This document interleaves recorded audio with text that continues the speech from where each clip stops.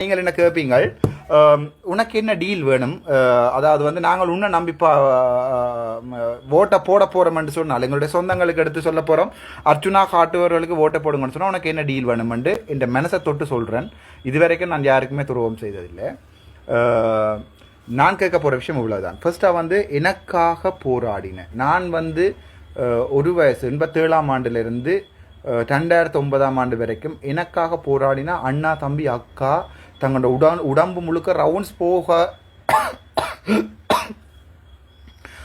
விழுந்திருந்தார்கள். அதாவது வந்து போர்க்களத்தில் விழுந்திருந்தார்கள், கால் கையில்லாமல் விழுந்திருக்கிறார்கள். எங்களுடைய போராளிகள் அனைவருக்கும் அவர்கள் அவ்வளோ பேரையும் வந்து மீளாக கட்டமைத்து அவர்களுடைய உணவு உடை உறையுள் அவருடைய வேலை செய்கின்ற இடம் எல்லாமே பார்த்து அவர்களை கண்காணிக்க, அதாவது அவர்களுடைய பாதுகாக்கின்ற பொறிமுறைகளை வந்து நான் ஏற்படுத்தும் போது ஒருத்தரும் தடை செய்யக்கூடாது. அதாவது போராளி குடும்பங்களையோ யுத்தத்தால் பாதிக்கப்பட்ட அப்பாவி பொதுமக்களையோ நான் வந்து திரும்பவும் அவர்களுக்கு உதவி செய்யும் போது ஒருத்தருமே தடை செய்யக்கூடாது. அதை என்பிபிட்டையோ அல்லது ரணில் ஐயாட்டையோ அல்லது வந்து சஜித் ஐயாட்டையோ கேட்பேன்.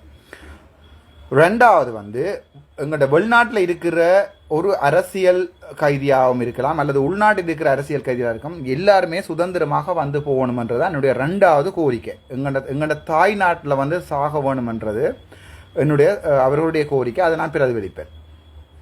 மூன்றாவது வந்து எங்களுடைய தமிழ் தேசிய, அதாவது எங்களோட தமிழ் தேசிய சுயநிர்ணய உரிமை என்று ஒன்று இருக்குதானே, அதை நான் ஒருபோதுமே விட்டு கொடுக்க மாட்டேன். அது எந்த சிங்களவன் வந்தாலும், எந்த முஸ்லீம் வந்தாலும், எந்த தமிழன் வந்தாலும் எங்களுடைய சுயநிர்ணய உரிமையை நான் விட்டு கொடுக்க மாட்டேன். நாங்கள் எங்களே ஆள வேணும். யுனைடெட் ஸ்ரீலங்கா, அதாவது வந்து ஒன்றுபட்ட இலங்கைக்குள், யுனைடெட் ஸ்ரீலங்காவுக்கு உள்ளுக்குள்ள நாங்கள் எங்களை ஆள்ற பொறிமுறை ஒன்றை கட்டுப்படும். அது நீங்கள் 13ஆம் திருத்தம் என்று சொல்லுங்கோ, போலீஸ் அதிகாரம் என்று சொல்லுங்கோ, மாகாண அதிகாரம், அதே பிறகு பார்த்துக்கொள்ளும். But we have to look after our self.